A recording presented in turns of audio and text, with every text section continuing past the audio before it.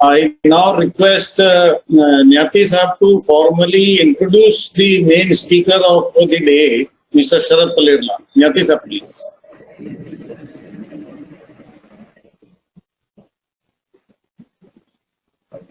Nyati Saab?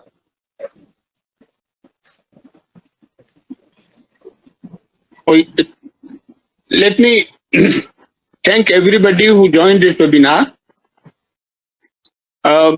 The chief speaker is Dr. Sharad Palerla.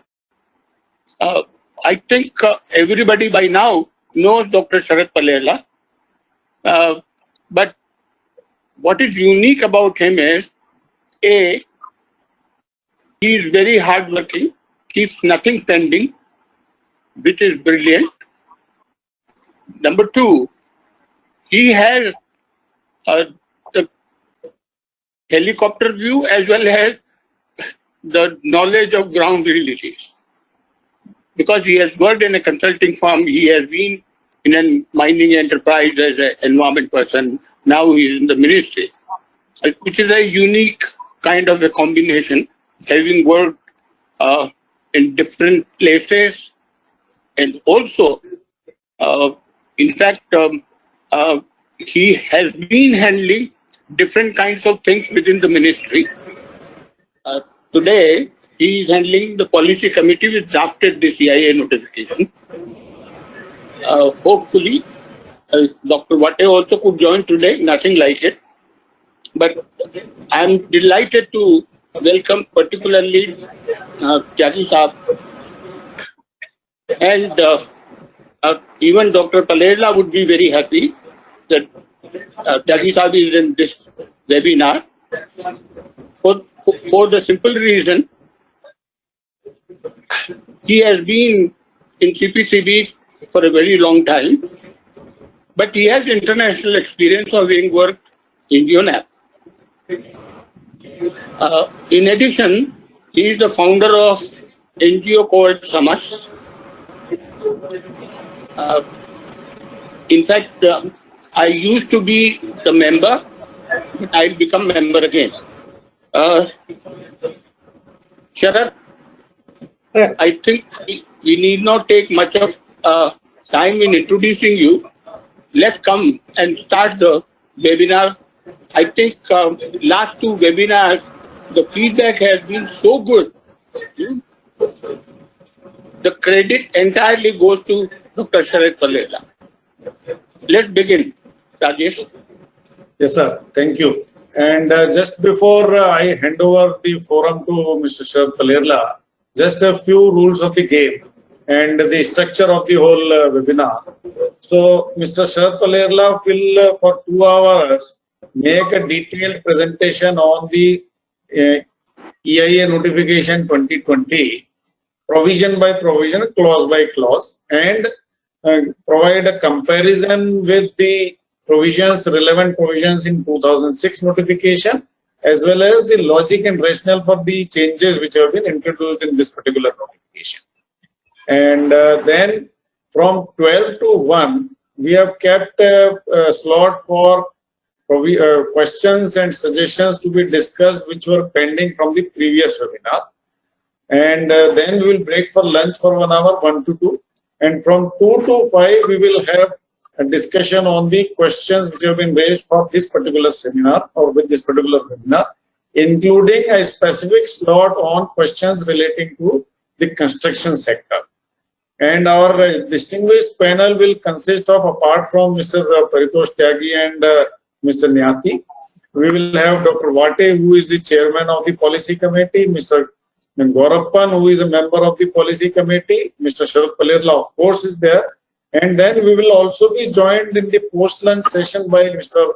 Bharat Bhushan, who is, of course, away in London and therefore is not able to join the morning session. But he has been a director from the MOF earlier, and he was the member secretary of the committee, which at that time used to consider and look after the appraisal of the construction and infrastructure projects. And Mr. Paritosh Tyagi, apart from having been the chairman of CPCB, was the first chairman of that committee. and therefore he comes with a very, very rich experience of that particular sector. Thank you so much, and hand over the mic now to Mr. Sharad Palerla. Mr. Palerla, please. Thank you, sir. Thank you. Good morning, all of you. And I am privileged to have the very distinguished persons on board. So I hope we will get a very good suggestions from all of you. So who is there on the board? Definitely, we take whatever the views that we come today. We'll take all these views to the committee and will deliberate so that a good and a considered EAA notification 2020 will come. So that will be the benefit for the country and for all the stakeholders of the country. That is the main objective of these webinars. So that once we are clear about the notification and once we are clear about the it will be easy for understanding as well as for the making the comments and suggestions against the draft notification. So that is the major objective that has been taken. I am very much thankful to the Nati Sahab, Bansal Sahab and the Wate Sahab, so who is very much taken keen interest in conducting this series of webinars so that we will get a very good suggestions. So basically, I have been asked to make some focus, special focus on the infrastructure sector. So that is why this time, so some focus will be there on the infra sector. So how the this notification, provisions of the notification have come into the picture in the regime also will be interesting. Since I am working with the ministry, so this is a small disclaimer. So whatever the whatever the views presented in this webinar is solely of mine and may not be apportioned to the ministry. Kindly take, because this cannot be taken as a basis for the representing the ministry. Let us come to the evolution of EIA process in the country. You all know, so before 94, that is 27th January 1994, there is no environmental clearance concept was there in the country. But however, the project which requires the public investment board, approval of the public investment board, used to take the environment clearance from the Ministry of Environment and Forest, because at that time the PIB considers that any project, before sanctioning in a financial angle, they want to see the sustainability of from the environmental angle and perspective also. So that is why so before 1994 several projects were cleared or given the environment clearances, particularly river valley projects and big mining projects and some thermal and integrated steel projects, where see investment was come from the other country and foreign investment was involved and do require the clearance from the PIB. And 27 January 1994, the first notification has come. So this is mandating the requirement of the environment clearance for certain activities. Particularly, initially 24 types of activities were brought under the ambit of this notification. I will come very detailed in this. Then in 1998, earlier in the 1994, there was no public hearing concept was introduced in the notification. But so the social license to operate is also taken as one of the mandatory requirement for the clearance process. So it has been considered and given a notification regarding the public hearing. Concept has been introduced in 1998, and subsequently in this 2006, that is 14 September 2006, this notification was completely re-engineered, and several it has been expanded laterally, vertically, and the scope has been expanded. The several concepts like decentralization, like delegating the power to the state governments, that is SIAS, and subsequently with the district authorities, has been introduced through this notification. This is the one. And then there is a categorization is also introduced, and the terms of reference concept is also introduced in 2006 notification. After the 2006 notification, as the time goes down the line of the 2006, several amendments were issued. About 55 amendments were issued from time to time to address the concerns that has arisen from the time to time.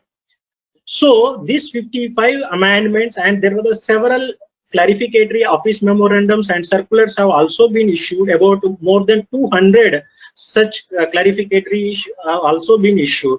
So it has thought that why don't we integrate the everything, and why can't we have a comprehensive notification which will have the provisions of all those things at one place. And also several representations have come for the ease of the process and using of the IT tools into the system, automation of the process. So these are the concepts which were triggered by the ministry and come up with the zero draft in 2019, that is during April 2019, come up with the zero draft. So this is the first of its kind. The ministry has issued a zero draft to trigger the discussion, and proactively before finalizing the draft itself, it has come with the zero draft and had a consultation with the different stakeholders, including the state government, CIAs, then SPCBs, and our regional offices, industrial associations, with the accredited consultant organizations in the ministry, in the Ganga auditorium. And so different cross section of the people have been consulted and taken their views, taken their inputs, and we try to deliberate each of the concerns that has been raised in the consultation in the final draft. Eventually, we came with the final draft in the 11th April 2020 that was placed on the website for the public consultation. And the time for the giving the comments against this draft is by this 30th June as of now. And this is now the basically under the consideration. See, coming to the 1994, because see, we are now referencing special reference to the construction sector. So how this construction sector has come into the regime of this notification, that we'll see once. In 1994, this building and construction sector was not there in the notification. If you see the list of the activities that were listed in the notification, it was not calling the building and construction sector under the regime of this 1994 notification. What are there in this one? Any person who the new projects or expansion or modernization of existing projects which are listed in the schedule 1. In the schedule, about 24 activities. So basically, most of the activities where the new project is involving 100 crores and more, and or expansion, if it is more than 50 crores, then only do require the environment clearance for certain category. Of course, for certain category, irrespective of their investment criteria, that is, do follow the requirement of the environment clearances. What are those? If you ask, then the pesticides, say you can see the underlined one, the pesticides, the bulk drugs and pharmaceuticals, and then asbestos and asbestos products, hydrocyanic and its derivatives, integrated paint complexes, and there's mining of the major minerals. Mining of major minerals, that is more than 5 hectares, only do require the environment clearance, and it is not the irrespective of its a capital investment criteria. So this is the one that has to be given a significance.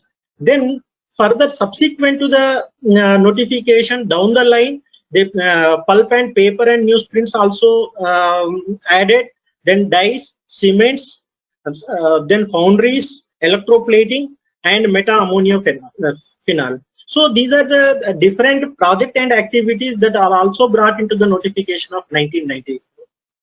So coming to the building and construction sector, so because special reference in this webinar has asked for the building and construction sector, how it has evolved. So what is the chronology that has come? So how it has brought into the notification, we'll see. Building and construction sector was not part of the 1994 notification. But if you see the Honorable Supreme Court in the matter of Paiti Flows and Maili Yamuna, This is writ petition number 725 of 1994, dated 12/12/2003. They ordered that so this building and construction project should also be brought under the EIA regime, because considering the pollution potential and impact potential of the activity, so the Supreme Court has ordered. So subsequent to the and in pursuant to the orders of the Supreme Court, the building and construction sector activity was brought under the ambit of 1994 notification in the year 2004, just 2 years before the this 2006 notification that is currently under oak. And subsequently in 2006, of course, it is re-engineered. So the threshold values and the process for the having the environment clearance for the building and construction sector inter alia with all the other categories has been made into the threshold values and made it is a category A and B, and subsequently so on. See, if you see the principal notification in 2006, so the building and construction sector greater than or equal to 20,000 square meters or less than 1,50,000 square meters used to be a category B, and so that is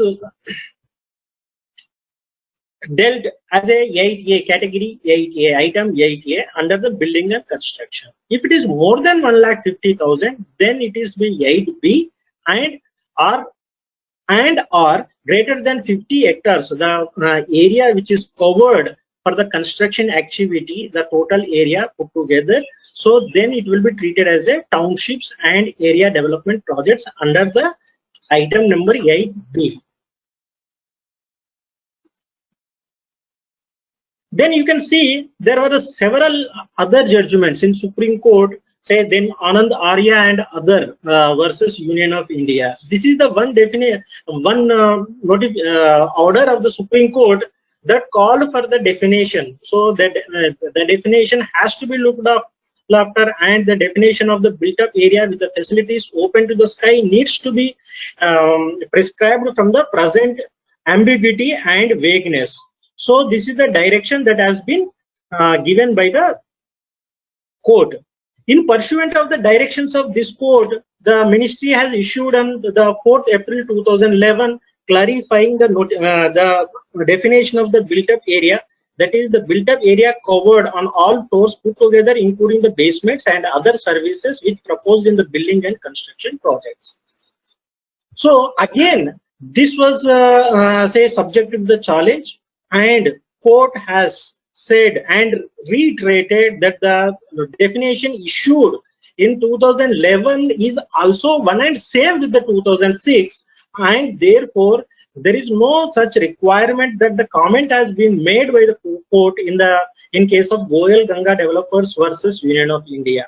They said that all covered construction which is not open to the sky is to be treated as a built-up area in terms of the EIA notification 2006.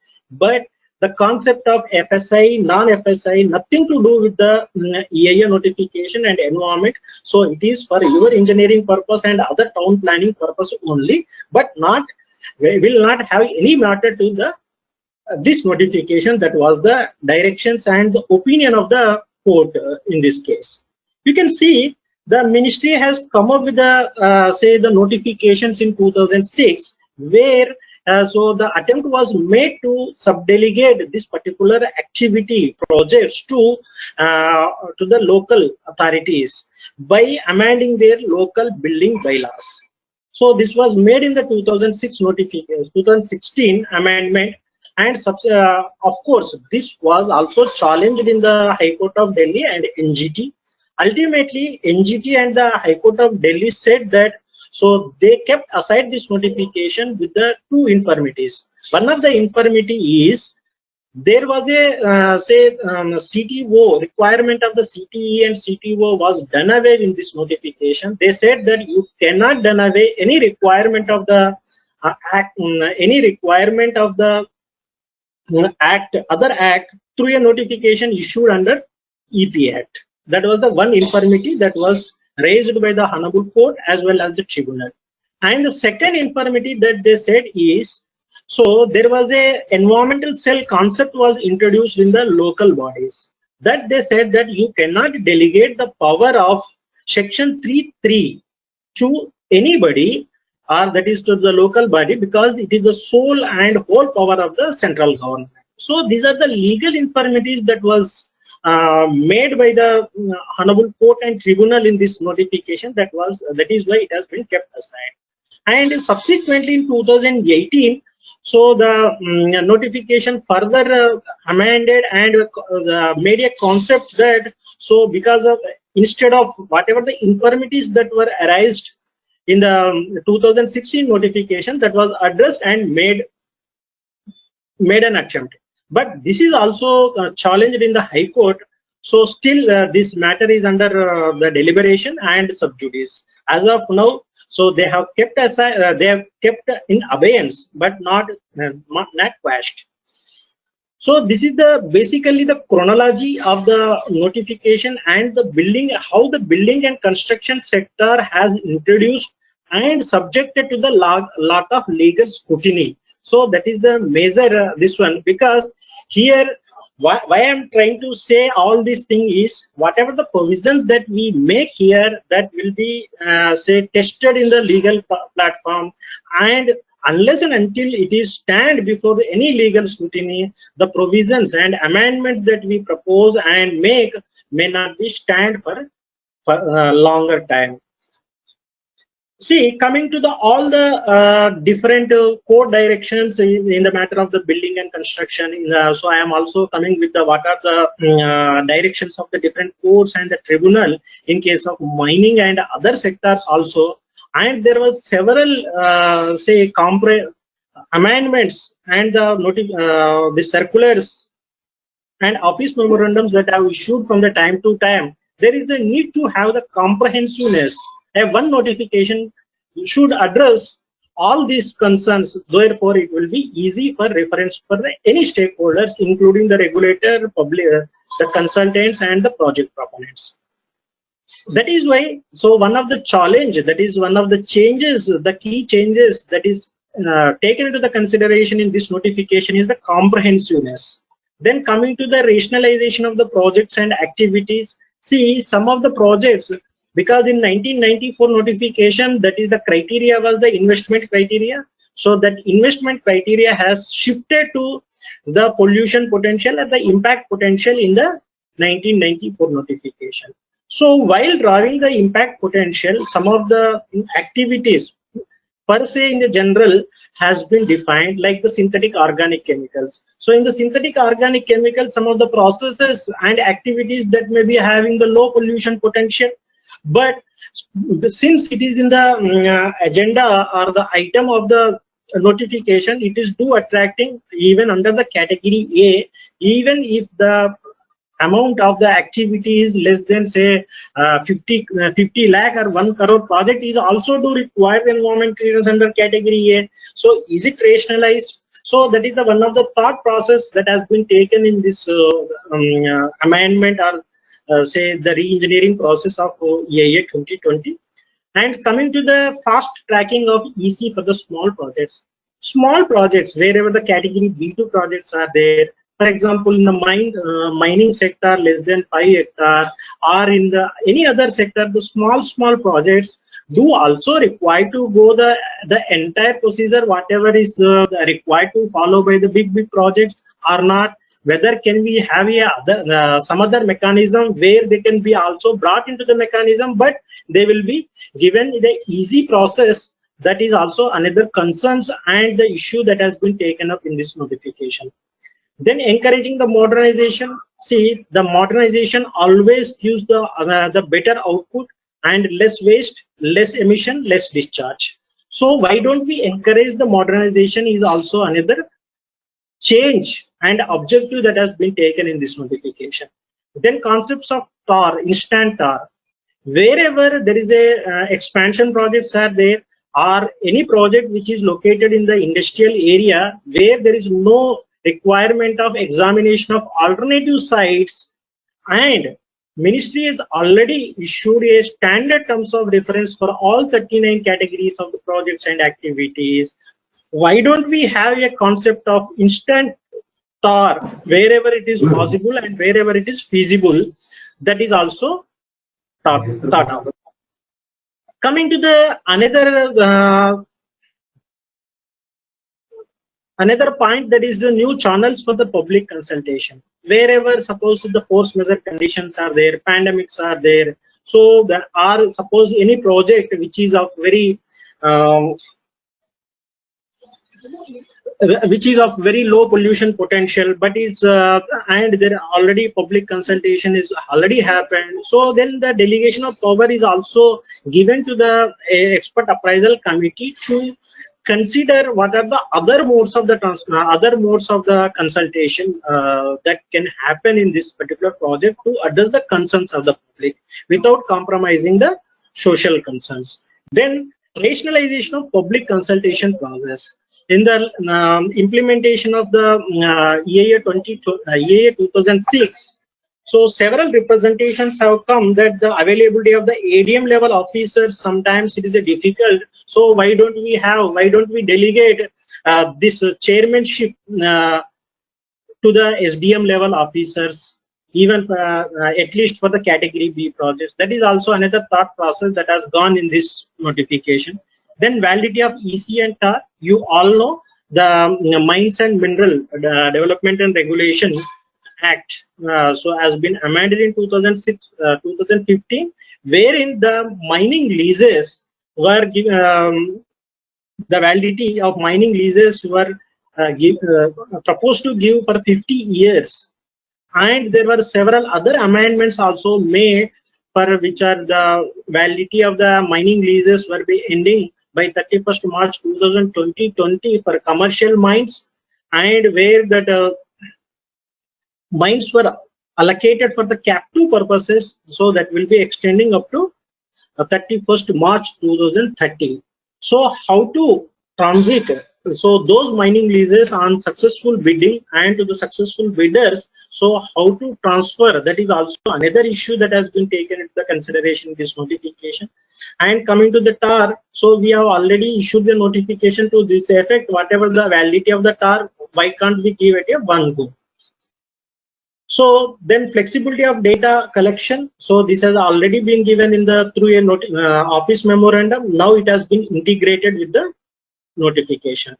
Non-compliance and violation. There was every time there was a lot of confusion. What is mean by non-compliance? What is mean by violation? Whether any non-compliance of any EC condition also do considered as a violation. And what is the procedure for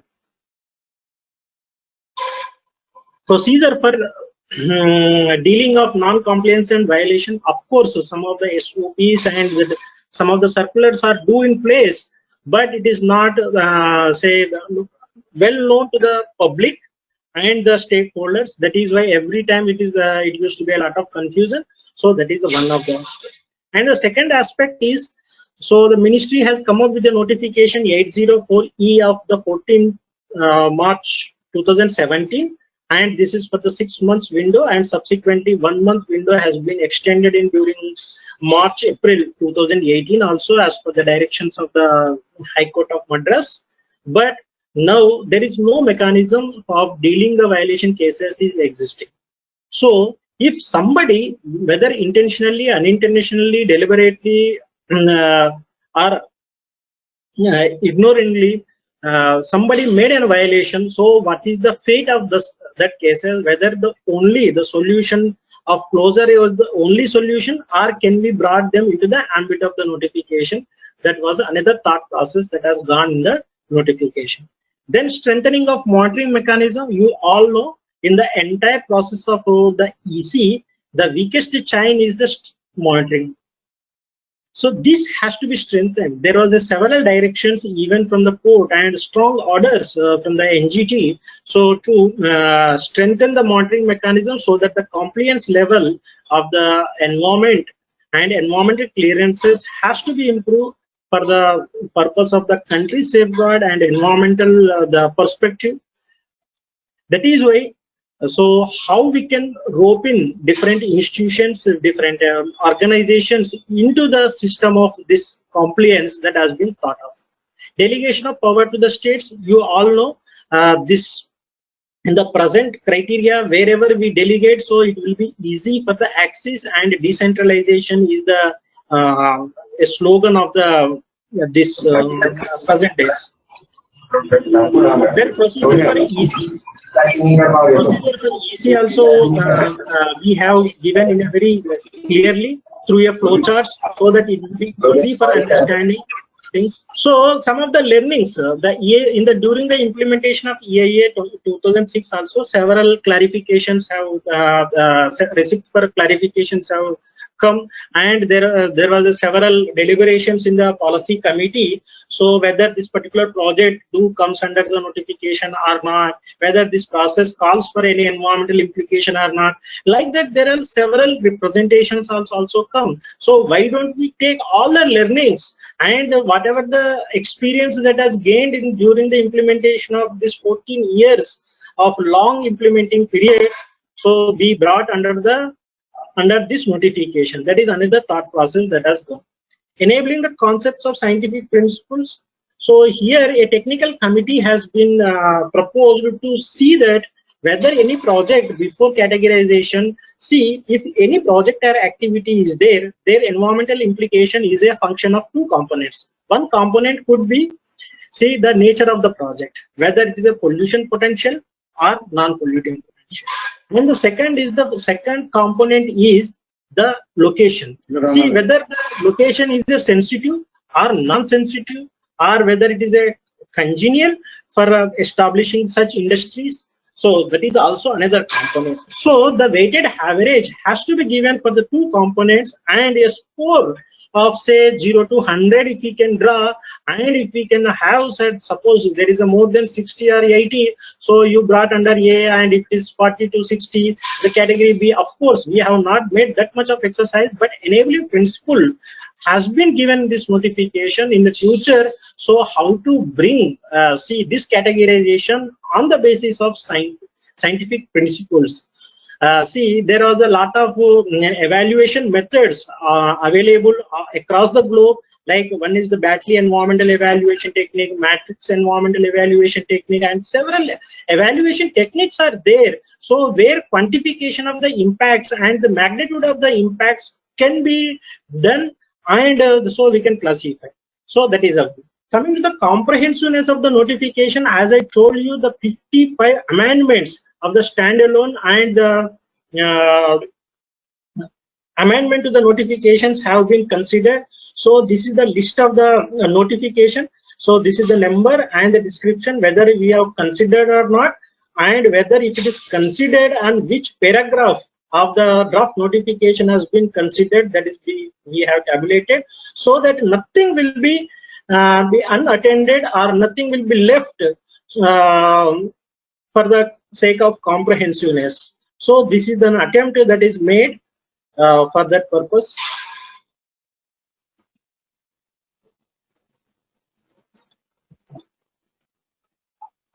Say coming to the say circulars and office memorandums.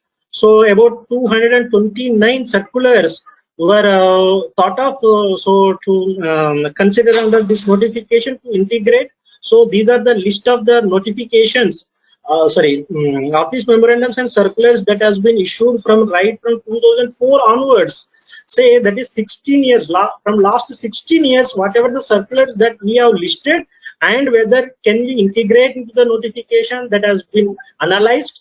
If at all, if we want to integrate into the notification, then in which category, which paragraph it has to be integrated, everything has been tabulated, so that to ensure this notification should be comprehensive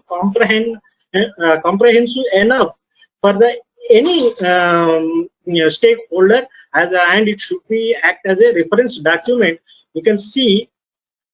See, these are the list of activity, list of office memorandums and circulars of about 229, along with the dates and its this thing. So coming to we have introduced the procedure for dealing of the violation and non-compliance, as I already explained you. the implementation of directions and the codes. So this will be explaining in the subsequent slides. So what are the different directions that have come in the different sectors and how we have implemented, that also will deal. We can explain. Coming to the rationalization of categorization of the projects. In the initial, in 2006 notification, there is a category A and category B in the schedule of the notification. Of course, category B can be subdivided into category B1 and B2. And this power of discretion has been given to the SEAC based on the nature of the project. Of course, in the, this category B2 projects has been given in the form of circulars issued by the MOEF from time to time, but it was not surfaced in the notification, the principal notification. So that is why sometimes the confusion arises to the any reader. So whether my project falls under category B1 or B2. So unless and until so some expert advice is taken, then it will be difficult in any project proponent unless he have some awareness on the each of the amendment that has been issued by the ministry. So in order to avoid such situation, what we did is we have integrated the category A, B1 and B2 in the schedule itself, so that everything, what are the threshold values for each of the categorization has been given in the schedule, so that it will be easy, plain reading and understandable for the any person, so whosoever refers the notification. That is the one. And a number of small projects where the pollution potential and the impact potential is less, so has been brought into the category B2 under the small category. That is another one. As I told you, the dynamic categorization based on the scientific principles and the nature of projects and vulnerability of the location is also enabling provision for the technical committee has been given in this notification. So coming to the what is the head-to-head comparison, if you want to see the what is the head-to-head comparison, what is there in the 2006, what is there in the 2020, so that is clearly given in the this particular table. You can see for example the mining of minor minerals, what is there in the 2006 notification, what is there in the 2020, and why it has been taken. See, before explaining this, so this particular sector has the say lot of directions were there from the courts and tribunal. That is the major just a minute.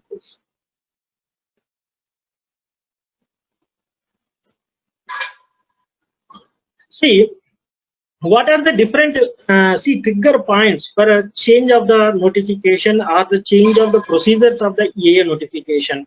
See, one of the judgment is TN Godavarman versus Union of India. Normally famous. This is the famous judgment on the name of Lafarge, and where the fait accompli situation, transparency, use of digital tools, and the national regulator. These are the key directions of the court. Then coming to the Deepak Kumar versus Union of India. So where deliberate disintegration of leases and circumventing the process of EC by the small mines, particularly less than 5 hectare and people, and the cluster situation is also clearly deliberated and given direction to this effect in the Deepak Kumar judgment. And you all know this is the common cause versus Union of India and Goa Foundation. These are the recent judgments, that is in 2017-18. that pronounced by the Honorable Supreme Court. So basically, so it was the illegal mining, definition of illegal mining and validity of the EC under 1994 notification, then the base year production of 93-94 and the new EC for new leases and so on. So there are several directions were issued under this common cause and the Goa Foundation, and then the Goa Foundation. So whatever the directions issued under common cause were reiterated by the court. And then Manohar Lal Sharma versus the principal secretary. Of course, this is regarding the cancellation of coal blocks. So not much on the environmental side, but other allocation and bidding of leases that was considered. Then coming to the this National Green Tribunal. So these are the 4 judgments, that is the Rajiv Suri, Sudarshan Das, Satyendra Pandey and Vikram Tonga. So in these direction, there was 6 clear explicit directions to the ministry and the mining sector that how to deal with the mining of minor minerals, particularly less than 5 hectares, 0 to 25 hectares, and the cluster situation. So whether it should be treated as a B1 or B2, and whether public consultation should be called or not, and then the competency of the DIA also has been raised and given the directions. So several things that was come in this code direction. So this is also taken into the consideration while deriving the threshold values and notification of the new one. See, these are the of late the reforms in the mining division, say mining sector, that is the Mines and Minerals Amendment Act 2015, Coal Mines Special Provisions Act 2015, Mineral Laws Act 2020. So the Mineral Action Rules 2020, guidelines for pre-embedded clearances, comprehensive guidelines for mining plans by the MOC.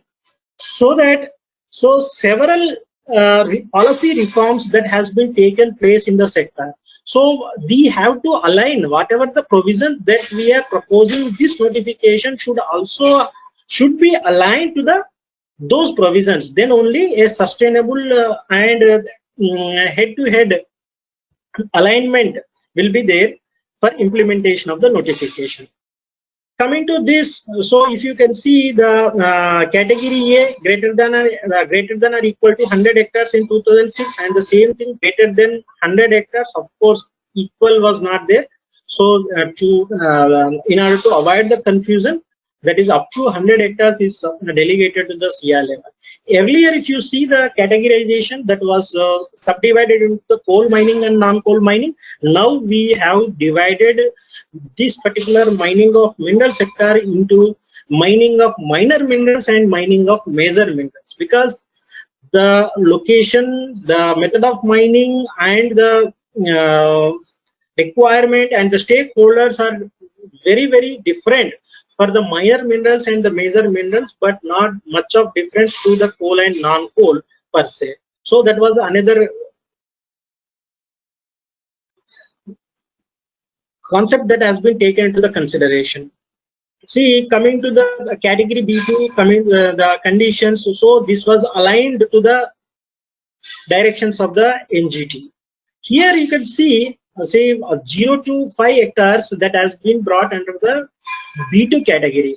Of course, in the D2, this 0 to 5 hectares also, 0 to 2 hectares, so which will be under the environmental permission. I will be explaining what is the permission also, so that the straight away the environment permission will be given without referring to the expert appraisal committee. But whereas 2 to 5 hectares, that will be referring to the committee, and environment clearance will be given in this particular sector.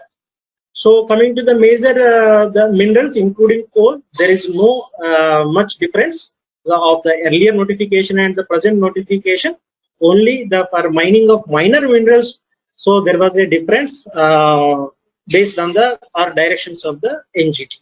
Then coming to the offshore and onshore oil and gas exploration, we have issued an amendment to this effect on the 16th January 2020, that the offshore and onshore oil and gas exploration has been recategorized as category B2, because, so if you can see what is this exploratory drilling is a temporary in nature and will last within 3 to 4 months only, and exploratory wells are drilled only for appraisal without taking any commercial production at any stage.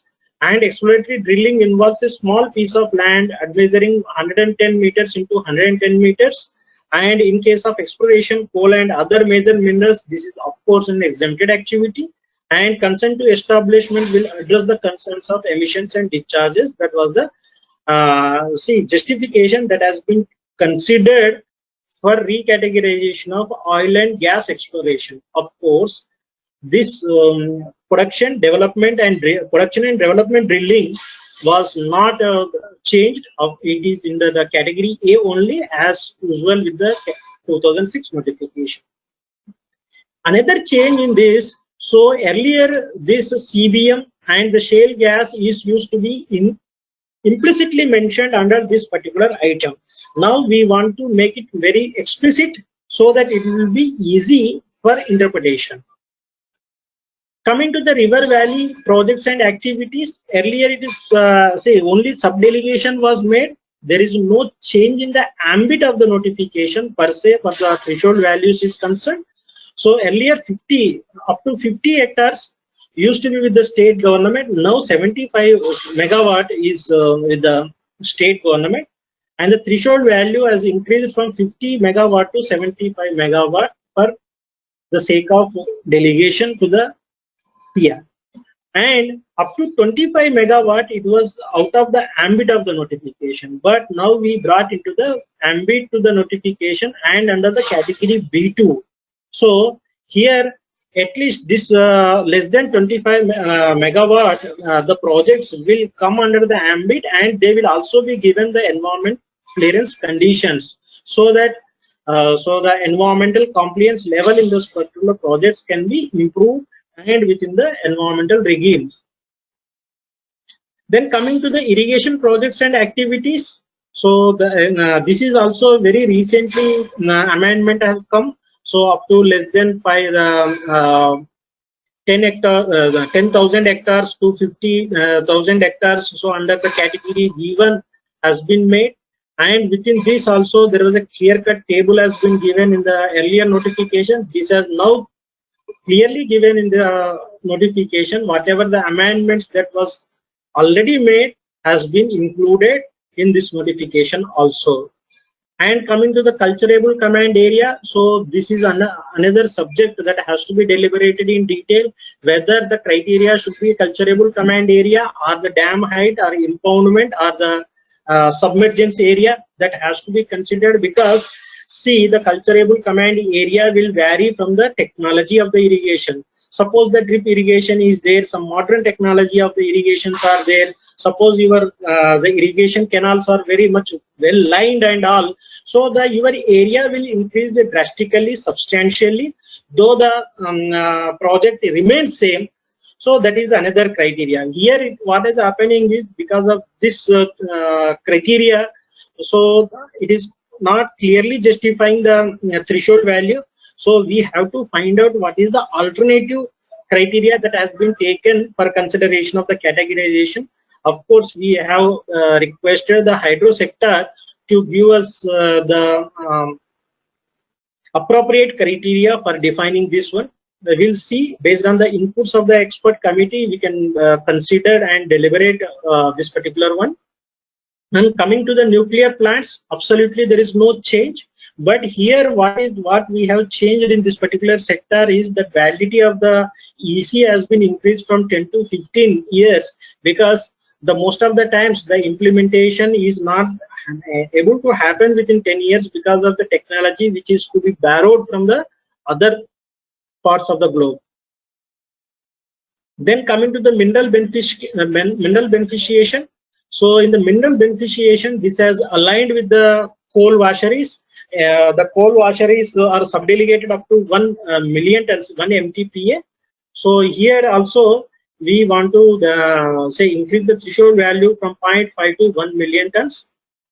Then this mineral processing has been divided into the physical processing and chemical processing, so that it will be easy for understanding, and then the flow charts and the conditions which are relevant to this particular activity can be drawn very clearly, so that it will be appropriate while prescribing the conditions. So that is another concept. And third one is the pellet plants and agglomeration units. You all know, so there was some direction of the NGT in the case of Ardent Steel versus Union of India. So they said that these particular pellet plants are implicitly covered under the category 3A, that is the metalliferous activity, metallurgical units. So that was the directions of the NGT. Now what we did is, so we have made it explicitly and covered under the mineral beneficiation category. Other than that, there is no difference. And of course, the most of the standalone projects are whatever the standalone projects are there, so that will be subdelegated to the SIA only. Whereas in the earlier notification, it is category A, and used to take the environment clearance from the central level. Coming to the metallurgical industry, if the metallurgical industry per se, if you see, so it was categorized into three, that is primary metallurgical, secondary metallurgical, and sponge irons. Now it has been further divided so that the threshold value can be prescribed very clearly to delegate the some of the projects to the state level, that is integrated steel plants. Up to 1 MTPA has been delegated to the states. Sponge iron plants up to 0.5 MTPA has been delegated to the states. Then non-ferrous smelting and refining, that is aluminium, copper smelters. So that comes under the non-ferrous smelting and refining. Then ferro-alloy plants, so up to 1.5 lakh tons per annum has been considered and delegated to the state level. Then secondary metallurgical process, the toxic one, toxic metals like lead plants and cadmium, like, so that has not changed. There is no change in the threshold value in this particular sector. And secondary metallurgical non-toxic metals like the foundries, and then your re-rolling plants and this pickling plants, like that. So it has been clearly say mentioned what is the technology that has been used, whether the EFs are used, whether IFs are used, or submerged arc furnaces are used, or other furnaces are used. That is the technology, whether the fuel is a coal or a gas. So that whether the cleaner the technology, more will be the threshold value that has been considered for making or bringing into the ambit of the notification. So coming to the cement plants, see, there was a absolutely there is no change in the categorization of the cement plants. But in the earlier notification, the cement plants do consist of the standalone grinding units also. But these standalone grinding units now has been taken as a separate activity, because here the clinkerization process is involved in the cement processes. Whereas in the standalone grinding units, the clinker grinding standalone clinker grinding units, only it is a grinding process is involved, where the emissions is only the concerns. So that is why, so what is the threshold values, whether it is called for the category B1 or category B2 or category A, that is been prescribed in this the notification. And the conditions like that use of the pet coke, because the pet coke is the coal incinerated in this particular plants. So the condition regarding to the pet coke use has not been changed. Then lead acid batteries manufacturing and excluding the assembly and charging of lead acid battery is also brought under the ambit of the notification, as you all know, because this particular activity is going to be surged in coming days because of the electrical vehicles and other battery based activities. So that is coming in the market. The petroleum refining industry, so there is no change. And coke oven plants, the delegation was given to the state level up to 0.8 MTPA. Against earlier it was 250,000 tons per annum. So otherwise there is no change. And here the why it has been taken is the 0.8 is that the quenching technology. So the quenching technology, availability of the quenching technology and feasibility of the quenching technology, that whether it's a dry quenching or the wet quenching or modified wet quenching, so that the conditions can be prescribed accordingly as per the size of the plant. Then coal tar processing units and calcination plants. So there is absolutely no change. So whatever the clarification that has been given through an OEM, now it has been integrated in the notification. Asbestos milling and asbestos based products, there is no change. Charcoal alkali, there is no change. So whatever is there in the earlier through an office memorandum, that has been integrated in the notification. Then coming to the soda ash industry, there is no change. Skin and hide processing also, there is no change. Of course, the category B2, which was prescribed in the through OEM, now brought into the notification. Then chemical fertilizers and standalone this intermediates. So it absolutely there is no change, but explicit mention of the intermediates like the sulfuric plants, sulfuric acid plants, phosphoric plants. So whether it do require the environment clearance or not, that has been clearly prescribed. The conditions also very clearly given. So the whatever the exemptions like the granulation, fortification, neem coating, that is clearly given in this notification also. Then pesticides, here the all units producing the technical grade pesticides used to be in the technical category A, but here in the new notification, so if it is located within the notified industrial area, so that was the sub-delegation to the state level has been given in this particular activity. Coming to the petroleum and chemical complexes, so if you can see the no change. The man-made fiber, so here also no change, but only thing is explicit mention of the activities like viscose stable fiber, viscose filament yarn and rayon. If you see the 1994 notification, it is also do mention of all these things. So it is only the explicit mention, or otherwise there is no change. Here you can see the justification of remarks, clear mention of types. The petroleum products and petroleum based carbon black. So here also there is no change. Keeping in view of some of the activities, the medium activity has been brought under the category B2. Synthetic organic chemicals. This is the one of the major deliberating activity. So here the dyes and dye intermediates, bulk drugs and APIs, and synthetic resins, synthetic the chemicals. So that will come into the synthetic organic chemical category. So here what we did is, so almost all the activities were sub-delegated to the state level. That is the one criteria.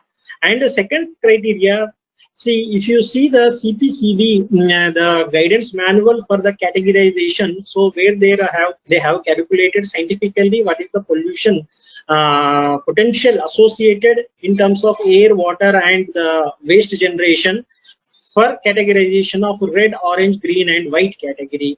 There, if you see the pollution potential attributed by the water pollution in this particular sector is about coming to the 40. Total score is 80. Out of 80, 40 is from the water pollution. If suppose somebody has come from the ZLD, so that 40 element of 40 directly reduces. So their pollution potential total score will come down to the 40 only. So for that purpose, wherever the ZLD is proposed, so they will be given a category B2, because one is the size of the activity and another is the pollution potential. See, coming to the bulk, yes, sir. So shall I break, sir? Yeah. You can take a break for 5 minutes. Okay. Friends, Mr. Sharad will take a break for 5 minutes so that he can catch his breath. So in the meantime, may I request Tyagi Sahab to share his experiences about EIA notification in general and about the draft which has come out, about the construction sector issues with respect to EIA notification and all. Tyagi Sahab, please. Thank you very much. Earlier in the morning, you told me that I could take any amount of time. Now I see that it is limited to 5 minutes. Doesn't matter. I will like to cover how it stood nearly 15 years ago, and whether the difficulties that were or shortcomings that were experienced at that time have been duly addressed. I was carefully listening to Mr. Sharad's excellent presentation to find out what has been addressed or what has not been addressed. But so far, I think a few of the points that have not been addressed may be mentioned. EIA should be a management tool, but actually it is a document prepared for environmental clearance. Now, it should be built in somehow that the EIA expert should be included in the planning stage of the project, not after the project site and technology and everything else has been finalized. Next is that data has always been complained of that it was unreliable even if it was collected at site. And I was looking for some measures to ensure that more reliable data is obtained, some of which could be a secondary data, but more reliable. Third point is that whenever these proposals come, they are very bulky. And the members of the appraisal committee do not find time to look into them in detail before the meeting of the appraisal committee. It would be very good if there is a prior scrutiny by experts in the ministry to pinpoint the issues on which the appraisal committee should deliberate to come to a decision for making a recommendation. This was lacking, and I do not know whether it is still lacking. The composition of appraisal committees, the appointments of their chairman in particular, has been a subject of lot of controversy and complaint, and I do not want to go into detail. But what I found that the language is still very bureaucratic, and it can admit all those things that were complained about. I am not sure about scoping. Scoping was the responsibility of the appraisal committee, and the appraisal committee did not have the time to draft any document for scoping. So a very stereotyped approach was adopted, that whatever had, firstly, the project proponent was asked to submit his proposal, and then after improving that, each time the previous terms and conditions were fully repeated. This is not the spirit of scoping. Public hearing. Public hearing has been complained of a lot of time, whether you blame it as manipulated or whatever, but they were very ineffective. Any suggestion which had a bearing on environmental issues hardly came in those public hearings. I am glad that a lot is being claimed for improving this public hearing into public consultation. And I would mention about it again if I am given an opportunity. The EMP that we found did not include duly investigated proposals for stormwater disposal. Only a line was drawn to show that the stormwater will flow along this line without showing gradient, invert, or the outfall into which it will discharge and the carrying capacity of that outfall. That was about drainage.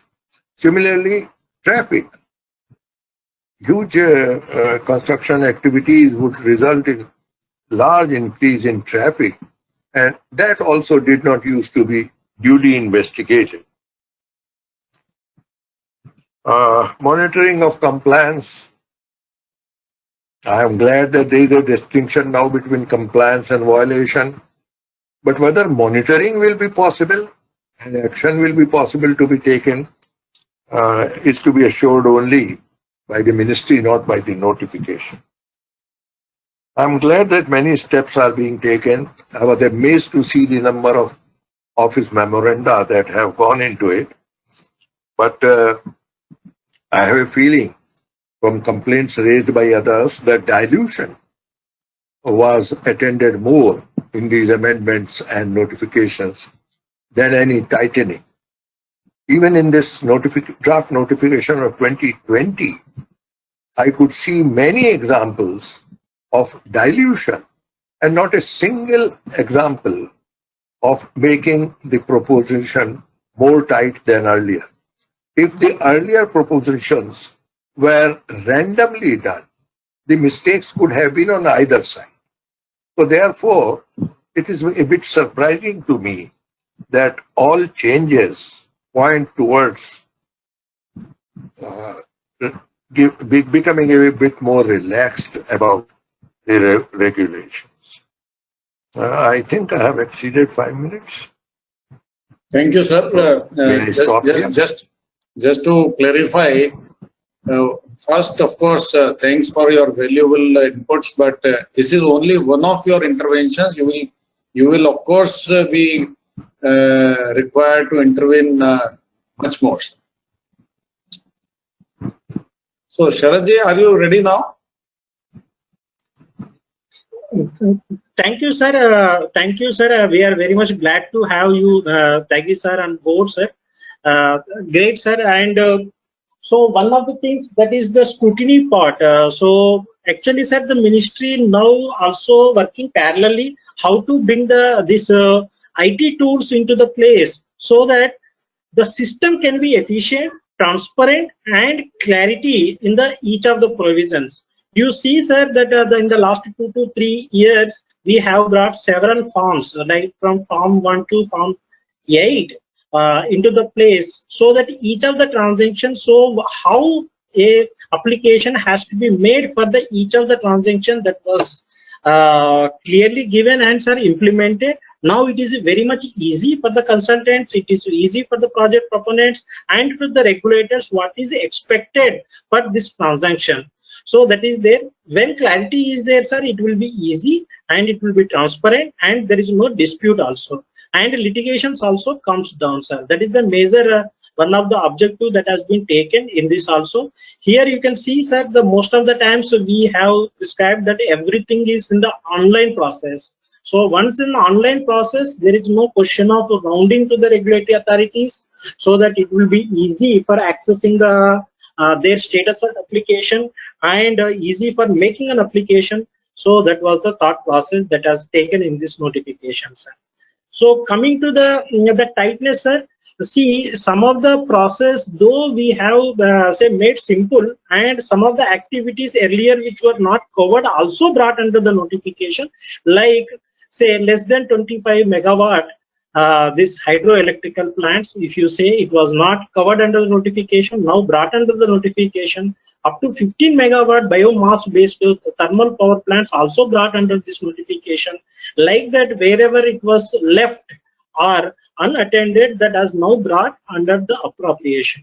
Of course, if suppose some deliberation is required regarding the categorization, so anyway it is a dynamic process, so that can be deliberated and considered view can be taken with the inputs like the expertise like you said.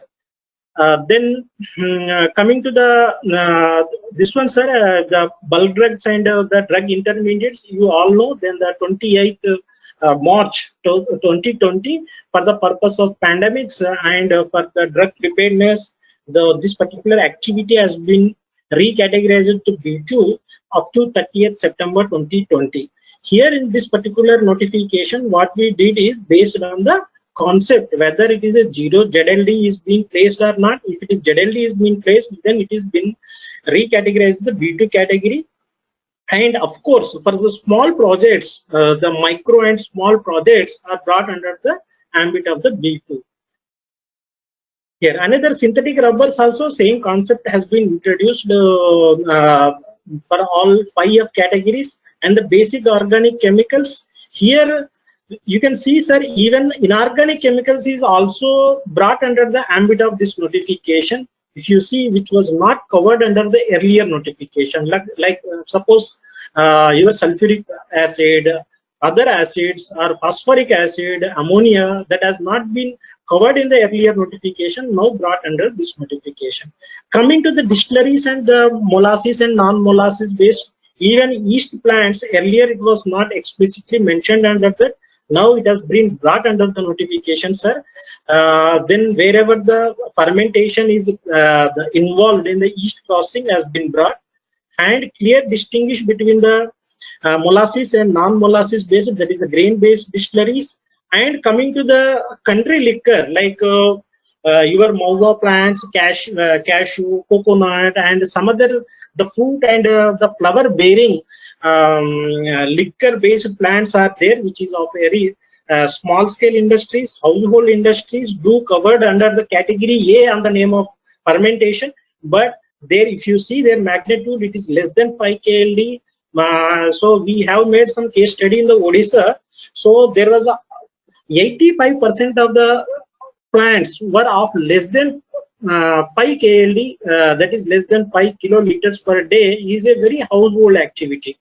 So for that, the concern was that the emission and discharge, of course, it is already covered under the ambit of the Air and Water Acts. So whether do also require under category A, that is also another point of deliberation that has been considered in this.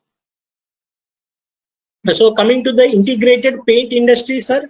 So in this, so there is no changes much. The only thing is medium and small projects were given under B2 category. Paper and pulp industry, sir. See, there is no change in the for the category A projects, but the only thing is the paper and pulp and paper from the waste paper, particularly see where that there is no pulp manufacturing is there. So our ready pulp is already available, whether it is involves the de-inking or decolorization. So that is brought under the category of B2.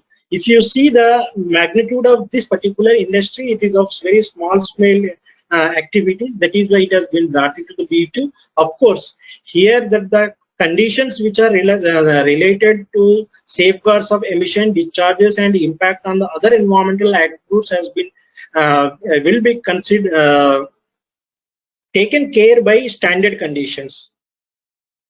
Then sugar industry, there is no change, sir. Oil and gas transportation pipelines, if you see the head-to-head change of 2006 and 20, there is no change. Then coming to the isolated storage and handling, so this has been exempted very recently, but here there is a lot of representation that have been received to the ministry to reconsider, and it will be deliberated in the expert appraisal committee while finalizing the notification, sir. Coming to the slurry pipeline, so that is a coal and other which is passing through the national parks, and this one there is no change. So coming to the ship breaking, so there is no change, sir. Industrial estates and complexes also there is no change. The only thing is we have made a clarity in the provision, explicit provisions have been made, or otherwise per se there is no change. Coming to the common hazardous waste and treatment facility, TSDF, also there is no change. So the only thing is explicit mention whether having the incineration, or in order to avoid the misinterpretation of the provision, that attempt has been made, or otherwise there is no change. And common biomedical waste treatment plants also no change. Port and harbors, so here that the fish handling capacity of the threshold value for the fish harbors been increased from 10,000 TPA to 30,000 TPA. Then highways and express, earlier if you see, sir, roads and highways, so here we have clearly mentioned what is the highways or expressways or elevated roads or multi-modal corridors or ring roads, like that. So what are the different names that is coming under this in the new regime, that has been everything is considered. And earlier this additional right of way, so to the existing one of 40 meter used to be mentioned in this. So it was creating the confusion. Say there is a different case scenarios, existing road may have a right of width of 40 meter, 50 meter, 60 meter. If it is additional way of this much, so it do require and bringing the ambit of the notification. That is not the correct criteria that has been thought of. So that what is the cumulative one? So the right of way that has been there. So earlier it is additional way of 40 meter of the existing alignment. Now we clear that the total one is the 70 meter the right of way, either the existing alignment or by bypasses. That is category B1. Even the state highways, the expansion is also taken into the consideration. Here you can see earlier the expansion less than 100 kilometer or right of way less than say additional right of way of 40 meter is out of the ambit of the notification. Now here we brought into the ambit of the notification here, so under category B2. B2, sir. And the conditions here, see, sometimes there is a confusion whether width of the toll plaza or that your laybys and some other purposes. So suddenly it is only for small portion of the road and width is increased. That is also taken into the consideration. That some clarification was so there representation for clarification in this regard also in receipt of the ministry, sir. So that is why we have clearly mentioned width at the toll plazas and junction improvements and intersections, laybys and other ancillary service facilities wherever it is there and additional land is required, that will not be counted against the right of way. Then aerial ropeways, sir. The aerial ropeways, earlier it was something in the category A, and this one, see, you all, everybody know that what is the magnitude of the impact. So of the aerial ropeways, keeping with the criteria, see, this has been either recategorized B1 or B2. Then common effluent treatment plants. So there was no changes in this activity.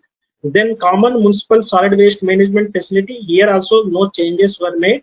And building and construction projects, so earlier also 20,000 square meters to 1,50,000. In the present scenario also, so 20,000 to 1,50,000 is there. So here you can see the earlier also it is a almost like a B2 category. Now we have clearly specified this is a B2 category and coming in the ambit of environmental permission. Instead of environmental clearance, the procedure has been changed, but the threshold values are remain same. And here that earlier townships and then subcategorization of activity into building construction and township. So now we have made into a single category. So under the construction category, whether it is the 20,000 to 50,000 square meters or more than 50,000 square meters is the only criteria.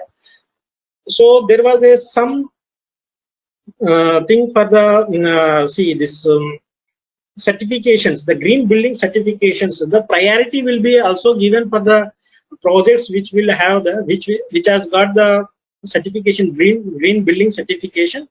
So that is also taken into the consideration because the clean process is already committed and in place, so they will be given more preference compared to the other people from the priority angle.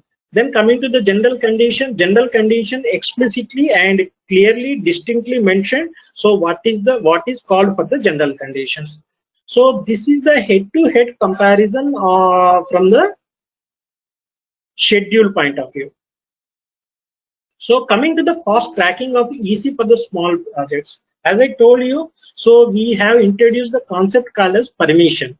See, what is the permission? The permission from the legal perspective, there is no change of the clearance and permission, but permissions are given without referring to the expert appraisal committee. So these are the small projects directly. So the system enabled tools will be developed so that the IT tools will be developed to auto scrutiny of the projects. Once the everything is in place, so that it will come automatically for the process of application, and once it is accepted, the system generated EC will with the standard conditions will be issued to the project proponent digitally without having any intervention of the authority, either the authority or the committee.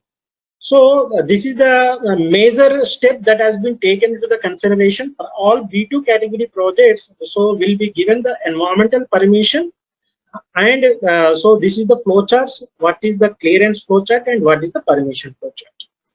Encouraging the modernization.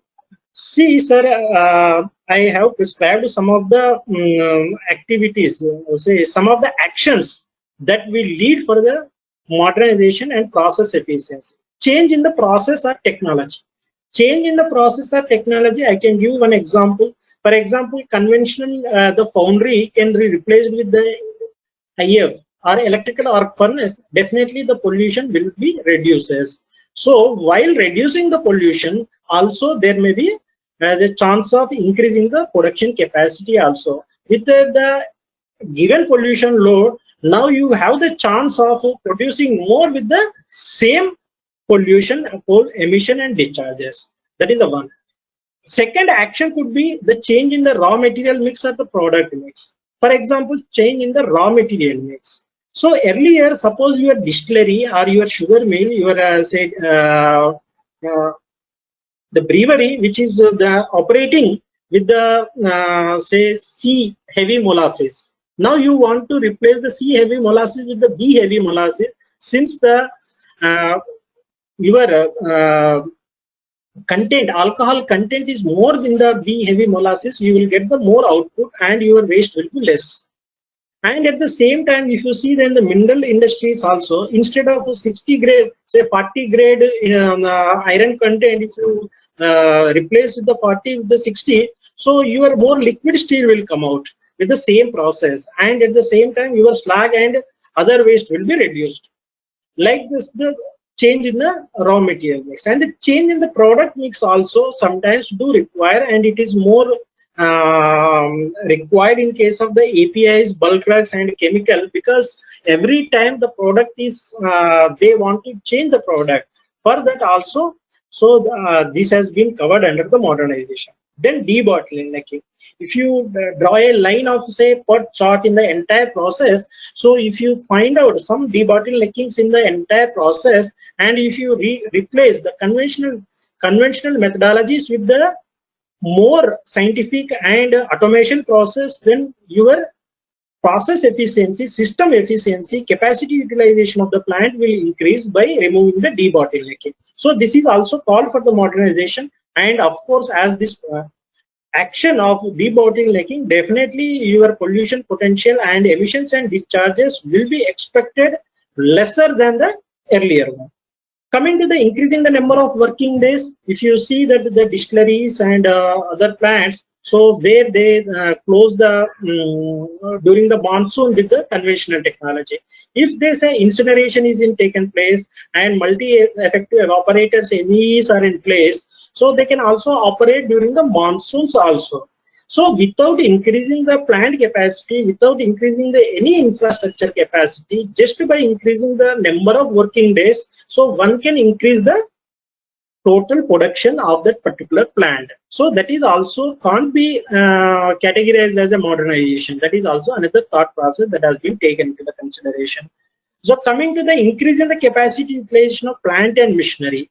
So the plant and machinery replacing some part of the plant where there is a causing for the debottlenecking, with the replacing with the better the plant with better capacity, so that it will have the synchronization with the infrastructure which is already available and lead to increase in the some production capacity.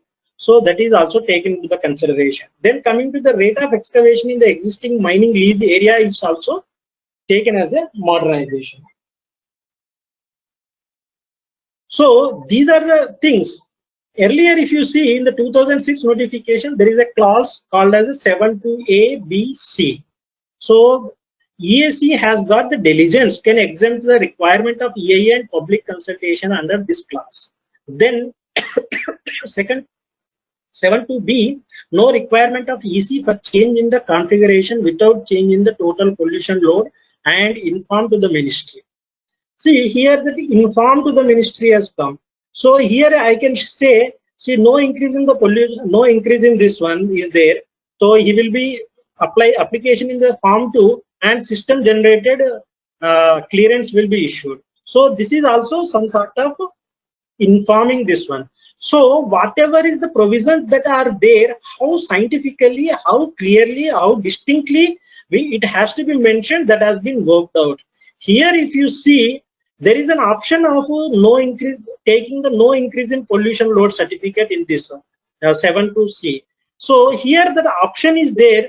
So the project proponent either can go through the route of no increase in the pollution load or through to the committee, so that he can in the both the ways, so he can be comfortable and clearly take the advantage of these routes. Then coming to the concept of the instant torque. See, as I already told you, so wherever the expansion and the building and construction projects and industrial estates, so projects which are located in the industrial estates, So instant TAR will be given within 7 days. So the time taken earlier it is 30 days, now it will be reduced to 7 days. So these are the concepts of the instant TAR. For example, if you can ask, say somebody, so expansion is a multi-folds, or modernization is the multi-folds, which is leading to a multi-fold increment in the pollution capacity, or suppose there is a vulnerability in the siting area. So there is a saving clause or the overarching clause that is there available to the available to the regulator to take back to the EAC and prescribe any additional condition if it is deemed fit or deemed necessary within 30 days. Of course, for that also a time period of 30 days is clearly given, so that it will be a binding to a regulator and binding to a proponent and to a consultant. Then TAR in other cases, so 30 days, of course, it is already there in place, and same thing has been brought, concept has been brought, and new channels for public consultation. The public consultation per se, there is no change in this one. The only thing is, in addition, if required, based on the nature of the project and public consultation. Sir, one call is coming repeatedly. I will just take 2-minute break and come back. Yeah, sure, no problem. So in the meantime, I'll request Nyati Saab to say something about the evolution of the 2020 notification, sir. Nyati Saab. Hello. Yes, sir.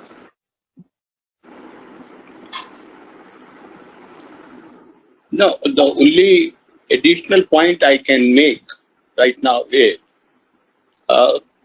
if you look at particularly the modernization part, where up to 10% it is automatically allowed, for the simple reason we wanted to encourage productivity improvement, debottlenecking, some innovation, so that same plant and machinery can give more output.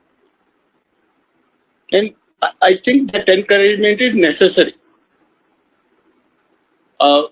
Beyond 10%, of course, you have to have environmental safeguards, and therefore, accordingly, the project will be appraised. You will need revised environment management plan. Also, if you really look at from the industry perspective, as well as from the environmental perspective, we want to encourage expansion of the existing plants. Instead of putting up fragmented capacities everywhere, it not only becomes environmentally more manageable, but everybody knows it also becomes cost effective, both in terms of capital and operational costs. So, that is the reason, if you really look at the increase in production has been categorized 10, 20, 40, 50. What kind of documentation it would require? Another thing that we found in my when I was in Madhya Pradesh Expert Appraisal Committee member, whose outlay, if you recall, we through OM said those who are consuming less than, let's say, 10 kiloliter of water per day or certain amount of fuel, in fact, they should be fast-tracked. And if you go through the entire process of EIA, not only the delays involved, but for these people who have some entrepreneurship, I think it is right. And that is the reason we discussed wherever in the sector pollution potential is less, we said let's at least encourage SMEs. So we said they don't need environmental clearance. And I think I think is Mr. that. Pujara is back. Yes, Pujara, Okay. Yes, sir. Go ahead, Sharad. Yes.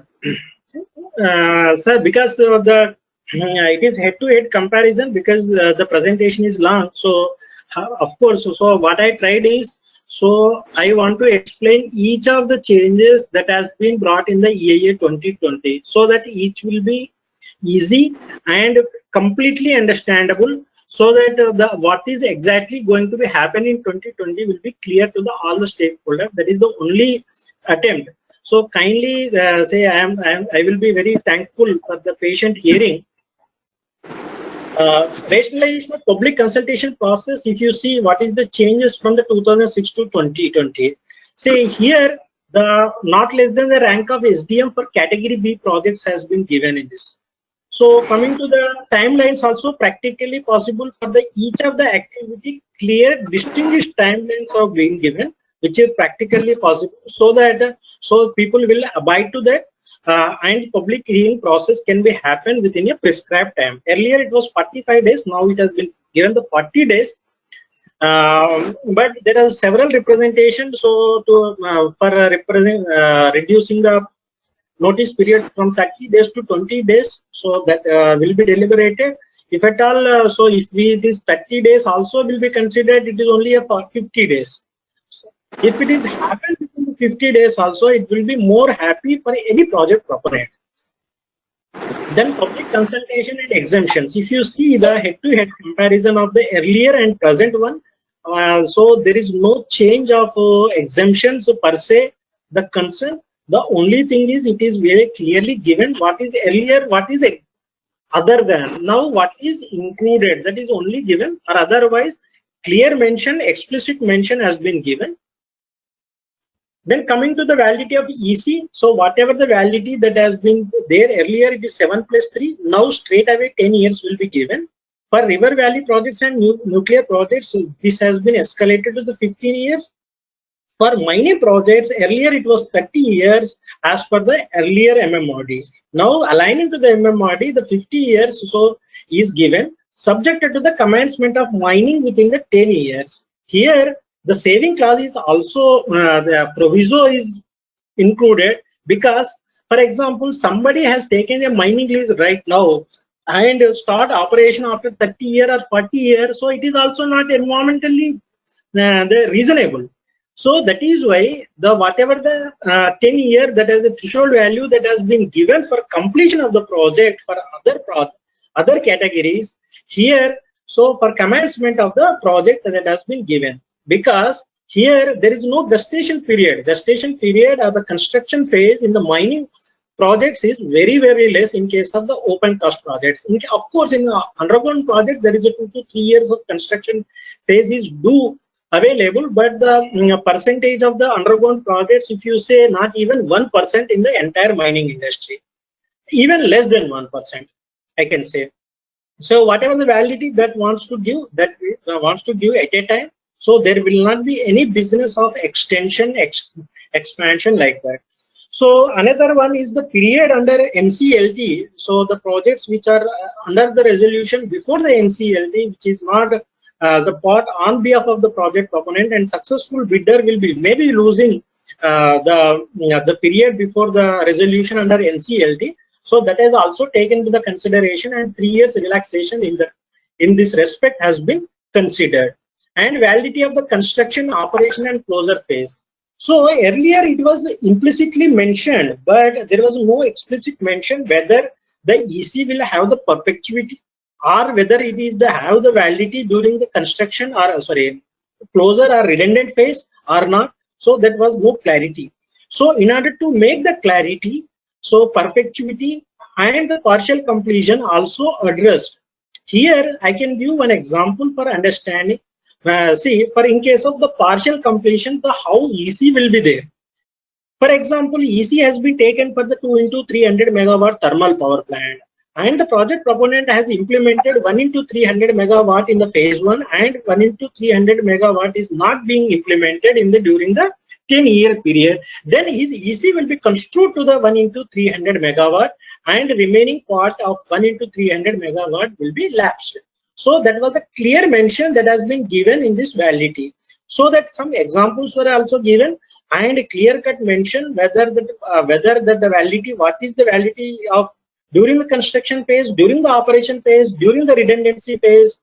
Everything has been given, including the perpetuity clauses and partial completion scenarios also. Then coming to the validity, whatever the validity earlier used to be given in the phases like 4+1 and 3+1, now so straight away we are giving that is 5 year and 4 year, or otherwise absolutely there is no change. Coming to the flexibility in the data collection, so the irrespective of making an application, so it was allowed through an office memorandum prescribed in 2018, I think, sorry, 17. So now it has been part of the notification.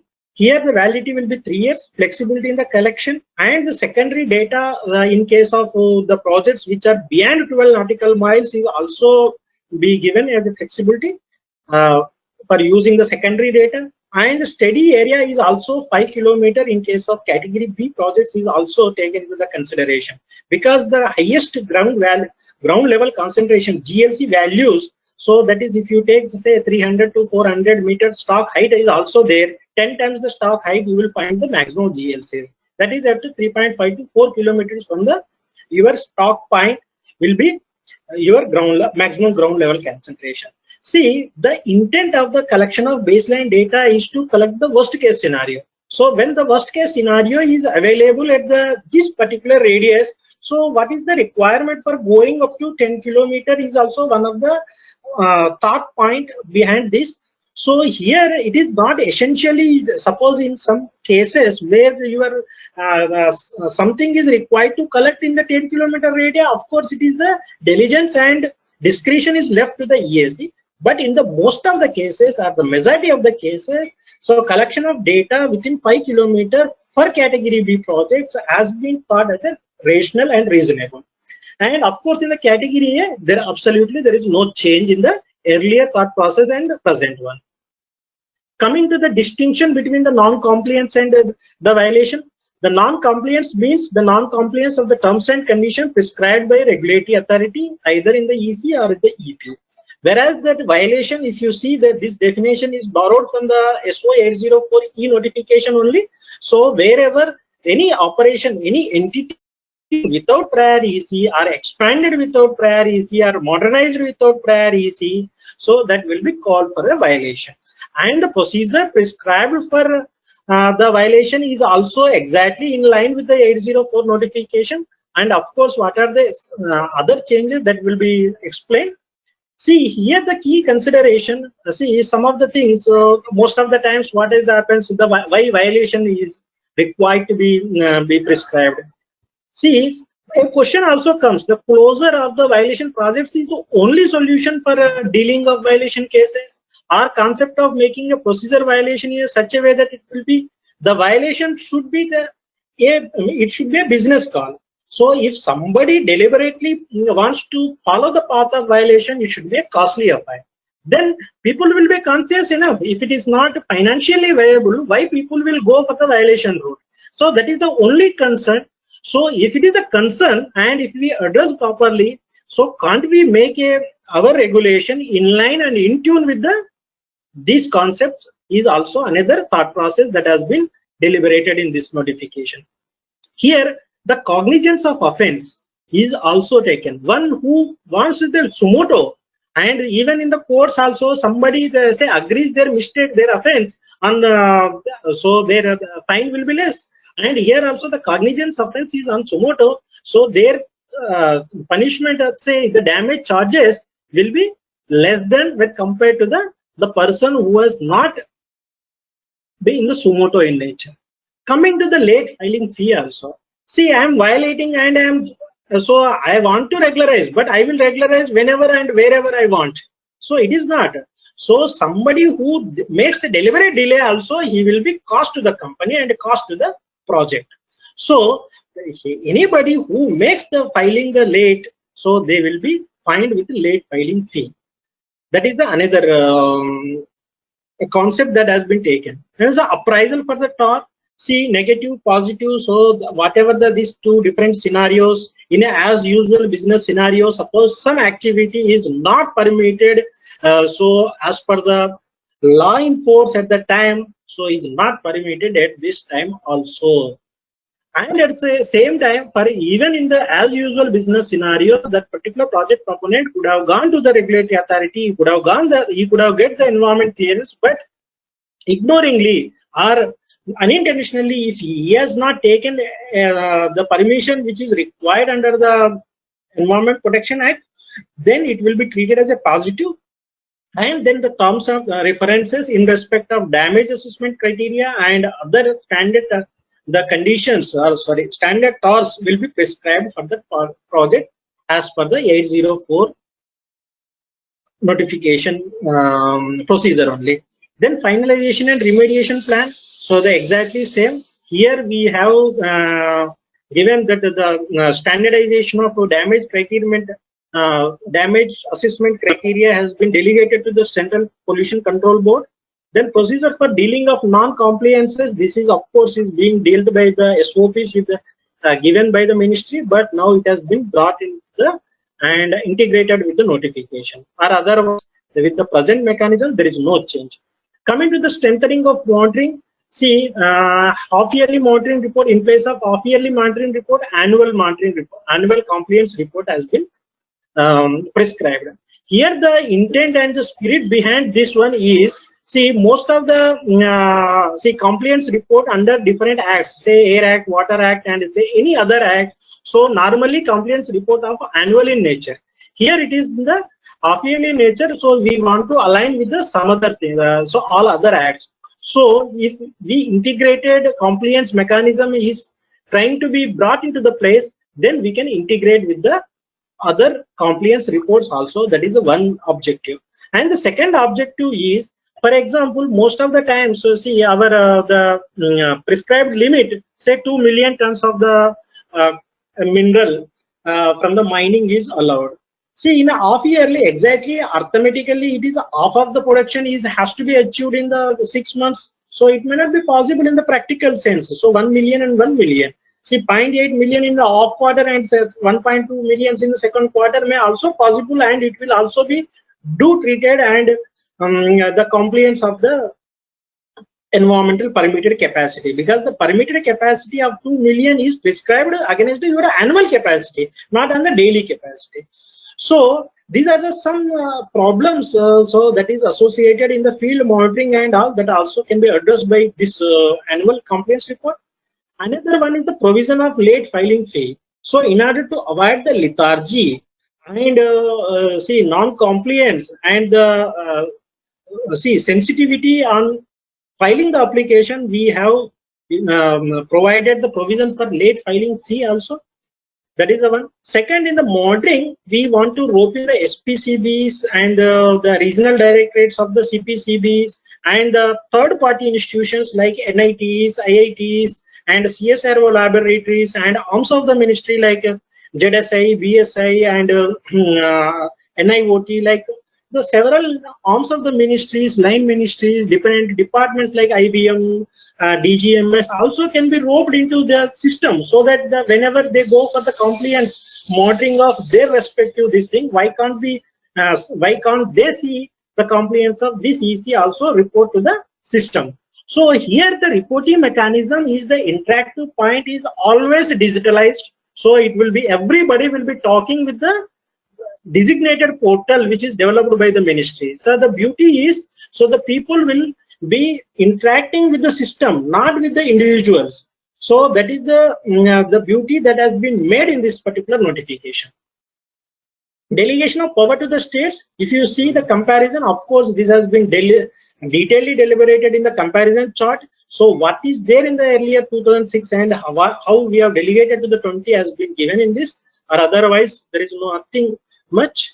And you can see some of the analysis so which has been available with the ministries also trying to consider, so what are the recommendations of the Moshkar committee and what are the analysis, what are the recommendation in the present scenario, so whether to be considered or not, so that the any expert decision and a considered view has to be taken while deriving this notification is the thought process. So coming to the category B2, so what is there in 2006 and 20? Of course, it is clearly given in that the comparison chart. So if somebody wants in a head-to-head comparison, very clearly here it is available, or otherwise it is a the replication or duplication from the comparison chart. You can see.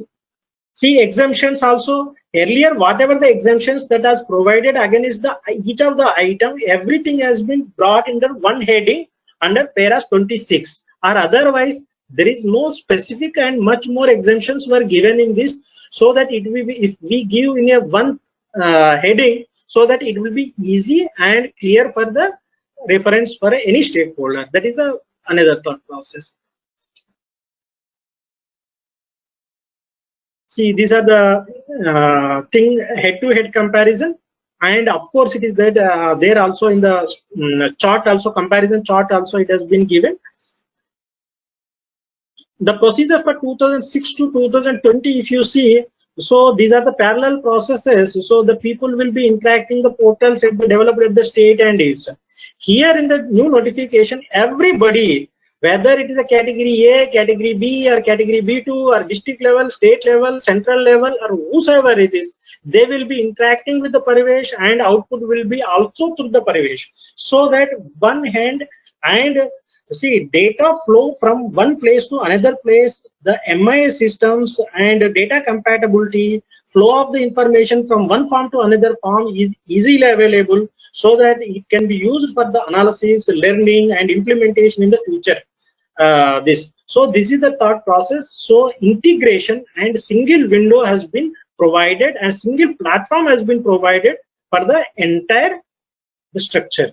Then authorities and the committees. So earlier there is a district environmental impact assessment authority. So because as per the directions of the NGT, we have now removed. There is no district environmental impact assessment authority. Of course, that the function of DEIAA will be looked after by the state level environmental impact assessment authority. Here you can also see that so provision has been given in the state level for the parallel committees. Like in the central, there are the 7 to 8 committees. In the state also, they can have the multiple committees, multiple authorities for the expeditious processes. Then general conditions also, the almost same, but we have clearly given. And the directions of the courts and tribunals, of course, have dealt clearly already. And see some of the directions in respect of pellet plants, construction and building plants, standalone flyovers by the NGT. Then inland waterways, there is a case called as Junjunwala. So everything has been taken into the consideration while deriving the provisions. Then learning of the EIA 2020. So there was an ambiguity, wherever ambiguity is there. So we want to make it very clear. Here, if you see in the notification, we have first time introduced the concept called as the definitions. For each of the word that has been used for the purpose of this notification, for the interpretation of this notification, so we have given the definition, so that there will not be any ambiguity, there will not be any litigation on part of the interpretation part of it. All new activities and projects, so which have come up, like the seaplanes, then helipads and inland waterways, like that, the batteries. So these are all been deliberated and brought into the notification. Then new challenges like say amalgamation, splitting, the resolution before NCLT, then MMRD Act amendment, and any other thing. So that has been clearly deliberated and say accordingly tinkled the provisions, so which is aligned into the other acts. So receipts on clarification, then implementation of online receipts and online implementation, automation. Then standardization, if you see the forms were clearly developed. Generic structure of EIA, if you see the compare with the earlier generic structure and present generic structure, it is a complete structure, the skeleton structure has been defined. So what should be there in the each of the chapter, what should be the subheadings, and out of subheading what should be the covered, everything has been given. And the generic structure for the PFR has been given in the form of OM. Now it has been integrated in the notification, so that generic structure is also available along with the notification. Standard terms of reference, standard EC condition, damage assessment criteria, protocol for collection of BLD, Then enforcement guidelines for sand, that is there. So see, you can see the title difference between earlier title was not there. We are clearly given. If you find in it, if you read the 2006, nowhere it will be treated. Nowhere it is written that EIA 2006. So here, like other rules also, we have clearly defined what does it call for. What is it is called. Then definitions we have clearly provided. Extension of tenure to the SIAX is also provided. Then constitution of SIA without referring to the states, the overarching power is also been provided. Then delegation of power to reconstitute the REACs has been provided. So exemptions in special cases is provided. So if you ask me, so we have made such a analysis line by line change. See what is in the title, what is the change in the applicability, in the definition, each of the definition, whether it was there or not, where from we have drawn this definition or where the new provision. So the justification has also been given. See, I think this is about say 300 to 400 page document. So what is the changes of the each of the line that has been prescribed in the EIA 2020, so that it will be easy for the institutional purpose and for the purpose of analysis. So what is the thought process of the committee for changing and for the amendment in this particular notification? See, whether it is a farm, see farm, what is mean by farm has not been given in that. So here we have given, and what is the reason? So in order to give the clarity. Then the functional area experts, who is the functional area expert? Who is the ACO? Who is the accrediting authority? So then what is mean by micro, small and medium enterprises? What is mean by mineral beneficiation? So ministry is referred to what? Like that, each of the word, each of the provision that has been clearly given head-to-head comparison between 2006 and 2020. See, if suppose some doubt is there down the line to somebody, so people can refer to this document so that they will be clearly understanding what is the reason, what is the rationale behind the change in the provisions. That is another that has been taken. The detailed exercise has been taken. Then, so we are in receipt of several comments. So how to say how we are managing these comments also I can show you. See, for example, this analysis of the comment. Suppose somebody has made, say, this is Mr. Shah. So he has made about, say, sorry, 3 comments. So we are referring. So he is the number 2 person, and first comment is this, second comment is this, 002 by 001, 002 by this one. So down the line, somebody asked, I have given some comment on such a thing, so it will be available, and it will be available and analyzed and cataloged in the another form, like cataloging the comments, so that suppose against any particular the component, suppose 10 comments are 10 comments from the 10 different people out there, so it will be the cross reference from the stakeholder, what are those comments available, the comments of the expert appraisal committee and final recommendation, so that it will be clear. So everybody's concerns will be addressed and considered view will be taken in the notification. So this is from my side. So thank you for a patient listening. Now I am handing over to the Bansal sir and Naidi sir. Thank you, Sharadji. Thank you for your detailed presentation and still sticking to the time schedule of 2 hours instead of 3 hours. I think we have rushed you enough. You can take a breather for some time before we start shooting questions at you.